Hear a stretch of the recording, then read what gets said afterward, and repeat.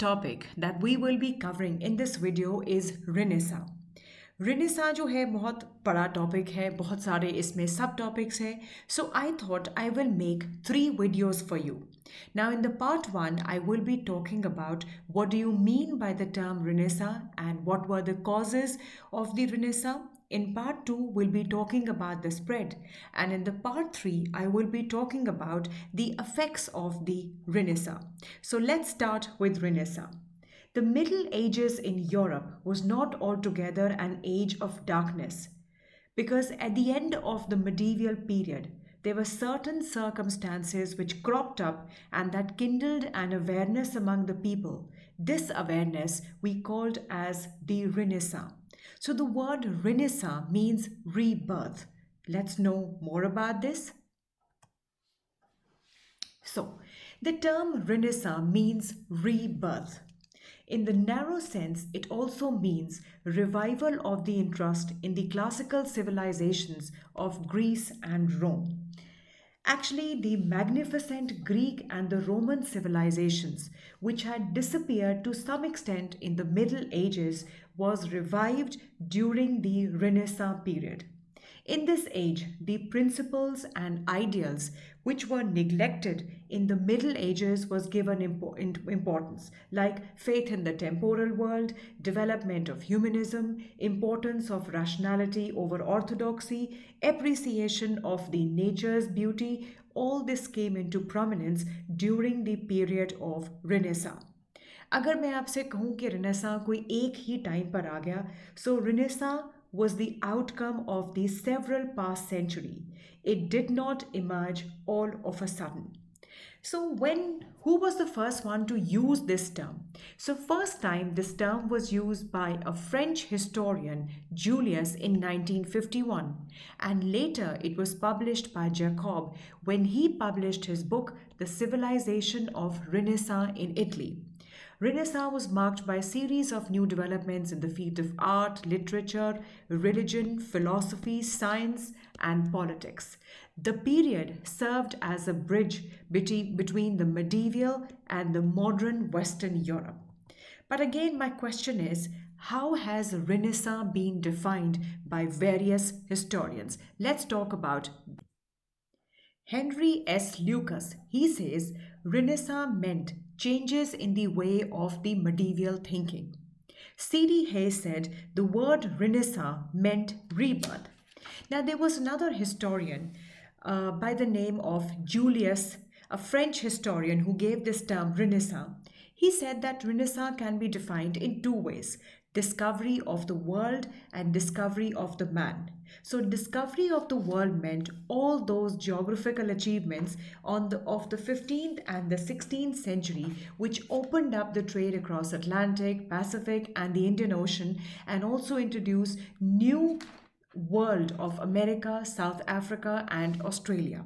And discovery of men meant discarding the papacy, that is the Pope, and relied on progressive and independent outlook. But of course, this Renaissance had some important features as well. Now, as I told you in the very beginning, that the ideas which were prominent in the Renaissance was faith in the temporal world. Temporal world, the contemporary the world, not basically the world that is concerned more about a religion, what happens after we die.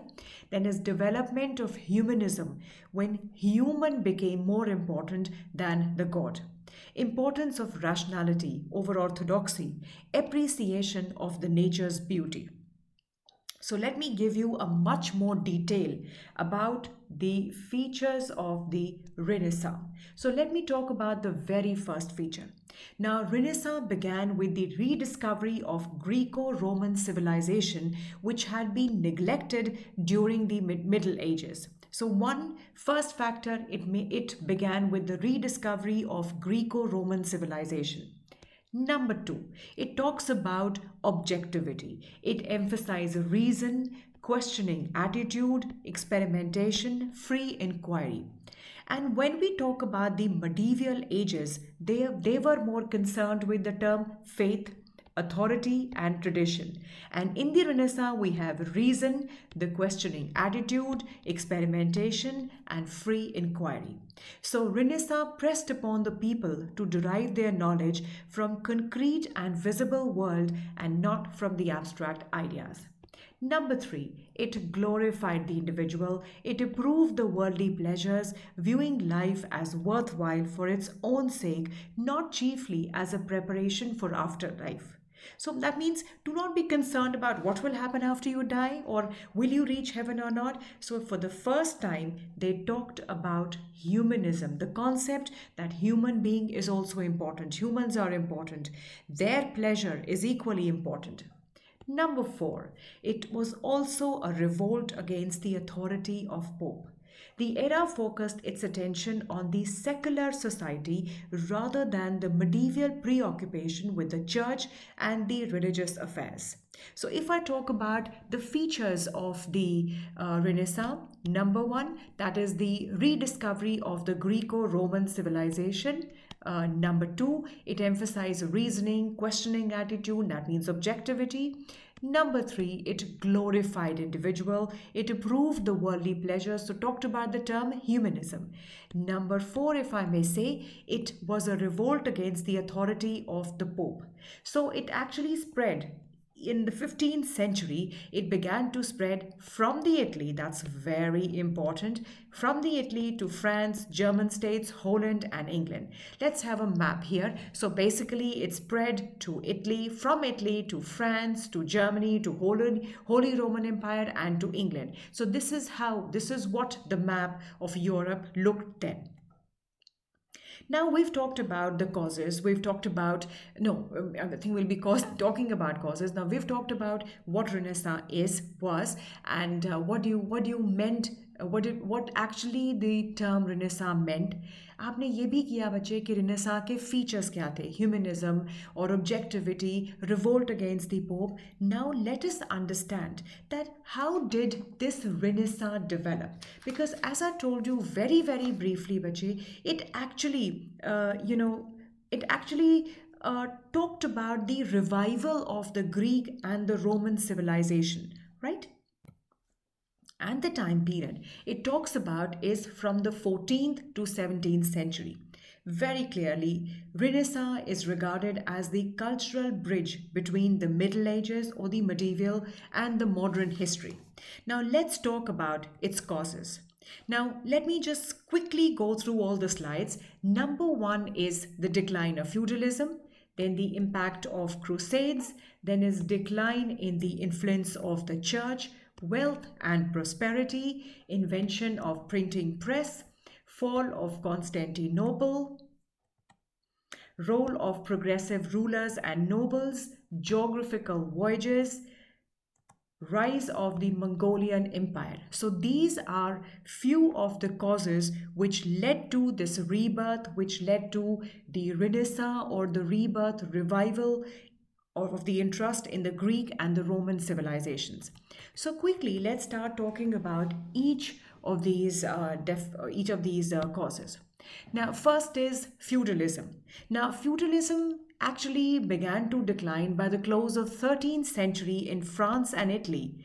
And in the Western Europe, it had completely disappeared by about 1500 AD. So it had completely, disappeared from the Western Europe. Now, what led to the decline of the feudalism? The rise of the middle class, comprising of the traders, the businessmen. अब क्या था बच्चे, ये feudalism जो हम बात करते हैं, जो हम इंडिया में इसका काउंटर पार्ट ज़मींदारी सिस्टम भी कहते हैं, जैसे ज़मींदार कहते हैं, यहाँ पर हम इनको फ्यूडल लॉर्ड्स भी कहते हैं. सो ये फ्यूडल लॉर्ड्स क्यों इंपॉर्टेंट है? ये फ्यूडल लॉर्ड्स इसलिए इंपॉर्टेंट थे because they provided the necessary army and the funds to the king.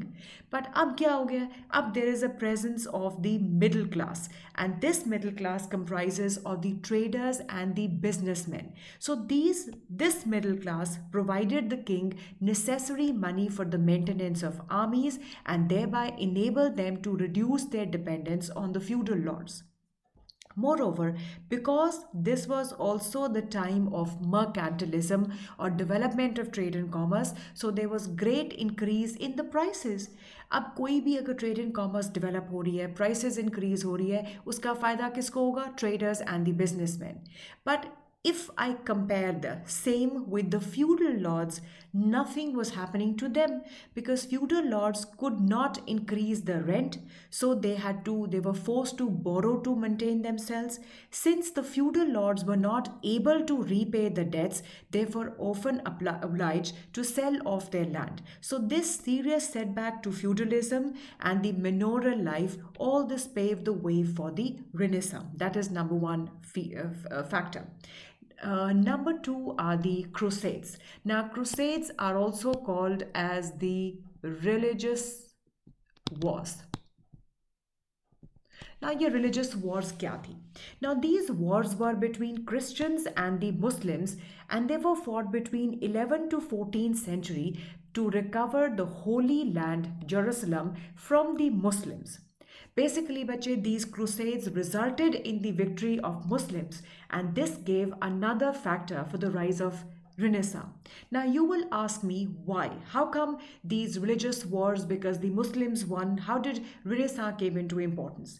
Now, as a result of these religious wars or the crusades, the Western scholars came in contact with the Eastern world, and they felt that Eastern world was much more civilized and polished than the Christians, because in the eastern countries the Arabs had enriched their civilization by establishing contacts with the Greek and the Indian civilization.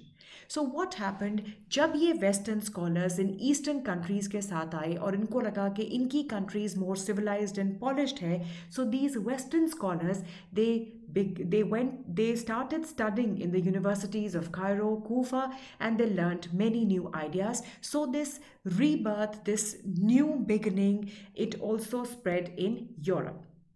Now, Aristotle's scientific books, Arabic numerals, algebra, Marinus compass, paper reached Western Europe through these religious wars between Christians and the Muslims between 11th and 14th century. The third point, now decline in the influence of church. Now, one, you know that there was a decline in feudalism, right? Now, church actually dominated the entire medieval society. Church ये था बच्चे, taxes भी church collect करते थे. एक एक व्यक्ति की लाइफ जो है from the beginning till the death all was controlled by the church. But during the 13th and the 14th century, they suffered a setback. Why did they suffer this setback? See, number one, I would say that the common people were no longer, interested in thinking about life after death. They were more concerned about their present life, that what is their present life, how are they going to deal with it. And number two, there were certain rulers who also tried to, kind of challenge the power of the church. Like in 1296, King Philip IV of France got the Pope arrested and made him a prisoner. Then wealth and prosperity.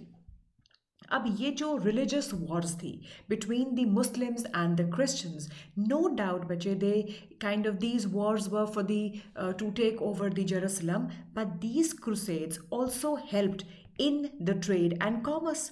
So what actually happened? This contributed to the wealth and prosperity of the people in Italy.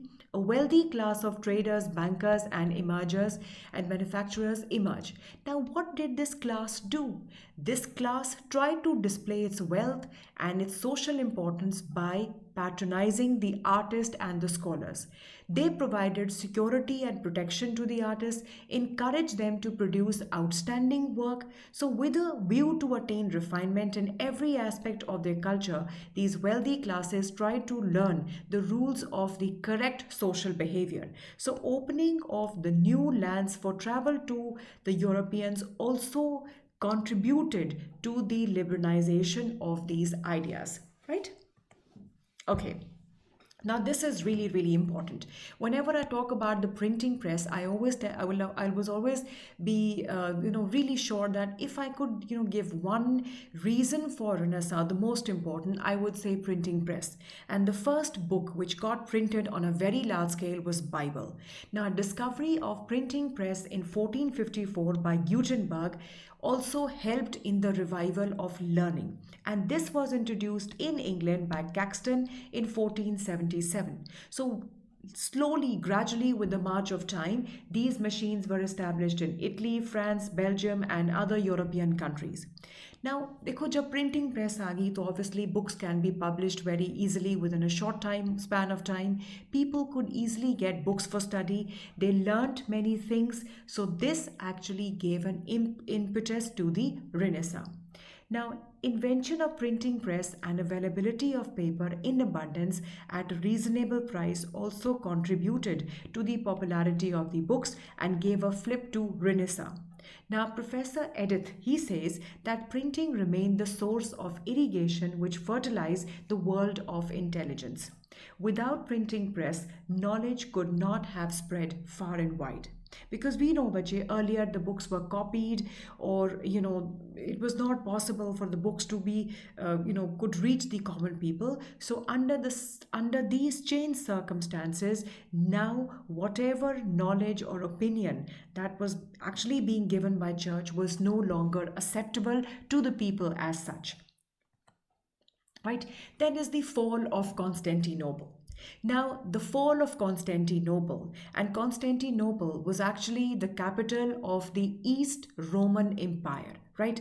Now, fall of Constantinople by Turks, especially Muhammad II of Ottoman Empire. Now, that also gave a direct impetus to Renaissance.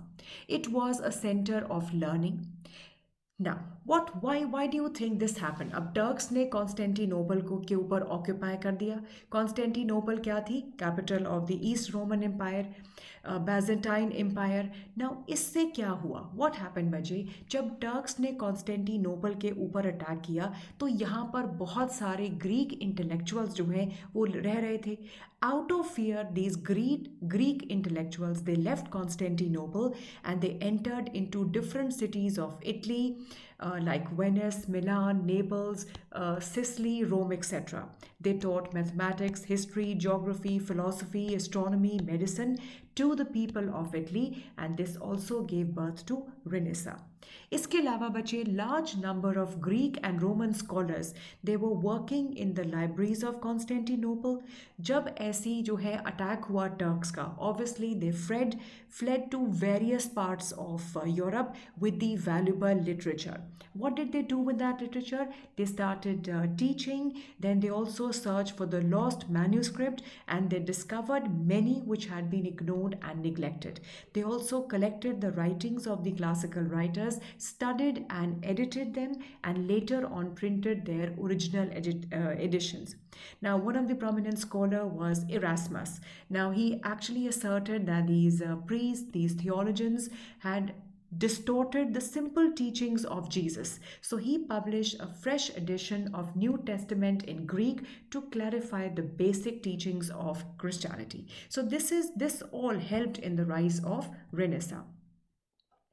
Now, this is how the fall of Constantinople by the Turks looked like. Right. Now, role of the progressive rulers and nobles. Now, there were certain rulers also which played a very important role, like the Francis I of France, then Henry VIII of England, Charles V of Spain, Christian II of Denmark, Sigismund I, the King of Poland. In सबने क्या किया बच्चे? They gave patronage to scholars and men of learning, and that also contributed to the revival of the Greco-Roman classics. Likewise, when I talk about the rulers, and I will also talk about the Pope like Nicholas V or Leo X, they also contributed to Renaissance by encouraging study of ancient Greek and Roman classical, and they started patronizing classical art, sculpture, and music. Now, not only the kings or the nobles, they helped in the spread of Renaissance, but even family like Medici family of Florence, they also set up an academy in Florence which was devoted to the study and research of philosophy. The family patronized painters like Michelangelo, Leonardo da Vinci, Bartoldo. So this also helped in the growth of new ideas, rebirth, revival of the Greco-Roman civilizations. Then is the geographical voyages. Now, how did geographical voyages actually help in the spread of Renaissance? Discovery of the mariner's compass, discovery of the telescope. Now, first is discovery of the mariner's compass. Now, with this, actually, it kind of led to large number of people taking long voyages because it was possible for them to know the exact direction in which they were sailing.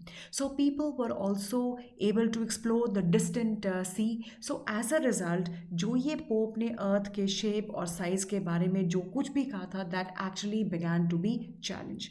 Now basically what was thought, as I told in my class as well, that people actually thought that if you're traveling if you're here and you're traveling, so earth is like a straight line, and if you come at the end of the earth you will fall into the sea. But Magellanian, he actually kind of started from one point, and in 365 days he came back to the same spot. So it was he who said that earth is oval in shape or circular in shape, rather than something like a flat plane. Now discovery of telescope also made a lot of changes in the study of astronomy, and that also questioned what Pope said. Now Pope said that sun revolves around the earth is in the middle.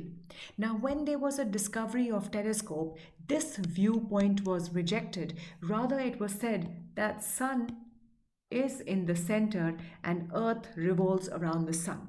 So all this knowledge went against the teachings of the church, and no wonder contributed to the weakening of the authority of the religious system. Now, this is how, these Europeans, they began to read the classical work that came by the way of these Muslim scholars. Right? Now, the last point is the rise of the Mongolian Empire. Now, we know that Genghis Khan was a very important leader, right? So, after his death, it was Kublai Khan or Kubla Khan which established a very vast and a powerful empire. Now, his state council was graced and glorified by the cardinals of Pope, Buddhist monks of India, craftsmen of Paris, Italy, and China. And in that period, Peking and Samarkand became the most important international centers. So it is here that East and West came in close contact, and the Europeans were greatly influenced by the exchange of views and learning, as well as close contact with the people of various countries. Now, famous traveler Marco Polo, when he visited the court of Kublai Khan, and whatever he wrote, his travels now stirred the people for a very long time to know more about the East. Now, if I quickly just talk about the causes, first is the decline of feudalism. Now, there is a way in history to learn that. For example, now these three, they start with church, impact of the Crusades, decline in the influence of church, and Constantinople, the fall of Constantinople. The other three are again from the P, like wealth and prosperity, invention of the printing press and paper, role of progressive rulers and nobles, geographical voyages, and rise of the Mongolian Empire. Now, a very important question which comes to our mind is, why in Italy? Why in Italy? Why not in Germany or England? So whenever I answer this question, let me talk of all the details. Number one, we will talk about the development of social classes. Now, development of social classes, there had been different from that in the European countries. Because what was happening in Italy, that the prestigious sections of the Italian aristocracy, the newly rich business class, they all assembled in the cities and established for the first time a consolidated community. and virtually the atmosphere of learning and free thinking in Italy, because of these development of an atmosphere of free and liberal thinking, because of the development of the social classes, led to the Renaissance being first in Italy. Number two, Italy became a rich country. Italy was always a rich country. Why? Because its source of richness was the overseas trade. Now, the Arab traders of the Middle Ages, they sold in Italy all their goods that they brought from the Asian countries. From Italy, the Asian goods were sent to the European countries. So that way, the all the Arab people जो है बच्चे, they would kind of sell. The Arab traders would sell in Italy all the goods that they got from the Asian countries, and from Italy, these Asian goods were actually sent to the European countries. Now, moreover, the traders coming from the North Europe came to West Asia through Italy. That means Italy became a very famous commercial center. Now, because of these commercial activities, important cities like Milan, Naples, Florence, that was established. Now, the Arabian and the Iranian businessmen visited these cities. Moreover, the soldiers returning from the Crusades would also stay in these cities of Italy. Now, they related the details of the Muslim cities, the Muslim civilization to these Italian citizens. So, henceforth, they enlarged their outlook, and that also helped in the Renaissance. Number two, Bache, if I just keep talking about this particular point, number two, the middle class emerged from the prosperity of Italy. The Italian class became so influential, so important, that they did not care about the feudal lords or the pope. So this new class was the one which strengthened the spirit of Renaissance in Italy. Again, Bache, because of the strength of business and industry, so Italy became a very rich and a prosperous country. So obviously, they patronized the artists and literary persons to make use of their excess money. Now, Italy was also a birthplace of the Roman civilization. Now, many monuments of ancient Roman civilization reminded in Italian cities reminded the people of the grandeur of Italy. People were obsessed with the thought of increasing the prestige of their own country, as well as they were aware of the splendor of this Roman civilization. So that is how Italy turned out to be a center of inspiration for Renaissance, and that is why the first work of Renaissance thing we can see in Dante in his Divine Comedy. For the first time, we see the spirit of Renaissance. Right. Then, of course, Rome was also the main center of the Catholic Church. It was the place where the Pope dwelt. So, of course, this also now Pope brought great scholars to Rome, and he also got the Greek manuscript translated into Latin. Now, I had talked about your Nicholas V. I had talked about Leo X. Now, these two, popes, when I talk about, they patronize these painters, these, people who actually brought about Renaissance. Then is the Turks captured Constantinople. Now, this was very, very important because the large number of Greek scholars, artists, after being captured by Turks, they actually came to Italy, right? They actually came to Italy, right? And from there, actually they settled in Italy first, and then they moved on to the other areas. So these the Greeks that had come to Italy, they had these valuable manuscript of the ancient Greek literature. So that is how these people, they got the interest of the Europe also into this kind of deep knowledge which the Europeans were ignorant. So this is all we have for this particular reason. But अगर मैं आपको बच्चे और भी जो है simpler form में इसको समझा सकूं, ठीक है? So why in Italy? I will just explain it to you, which may be even more. All right. So first reason, as I would say that Italy जो है बच्चे वो रोमन एम्पायर का एक सेंटर था. तो शायद वो जो पुरानी buildings were there, that also became an inspiration for the Renaissance, right? Number two, as I talked about this, the Turks captured Constantinople, and these actually the Greek scholars from the Constantinople, which was the capital of the East Roman Empire, entered Italy first, and of course this knowledge could be transmitted from Constantinople to Italy, and then it traveled to the other areas, right? And then, of course, the development of social classes. These classes were different from the Europe, and they could easily, kind of help in these ideas of Renaissance. Italy had become a rich country by virtue of its trade and commerce, and obviously, as we talk about this Medici family of Florence, which actually, kind of patronized these scholars, these painters, and that led to the rise of the Renaissance. I think lastly, I'll just talk about these writers. Obviously, we'll be talking in my second video about the spread of Renaissance. सो अभी बच्चे अगर मैं बात करूँ दांते प्रोटाक and बक्साओ, इन सब ने जो है बहुत सारी ऐसी राइटिंग्स लिखी. They were all the literary people of Italy which actually led to the spread of Renaissance first in Italy.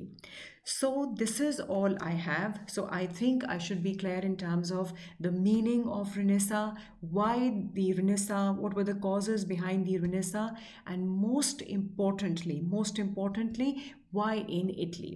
Now this is all I have for this part 1, and part 2 I will be getting you tomorrow, in which I will be talking about the spread of this Renaissance, right? How it spread in terms of literature, in terms of science, in terms of buildings. So we'll talk about all this in tomorrow's video, right? So till then, bye bye and take care.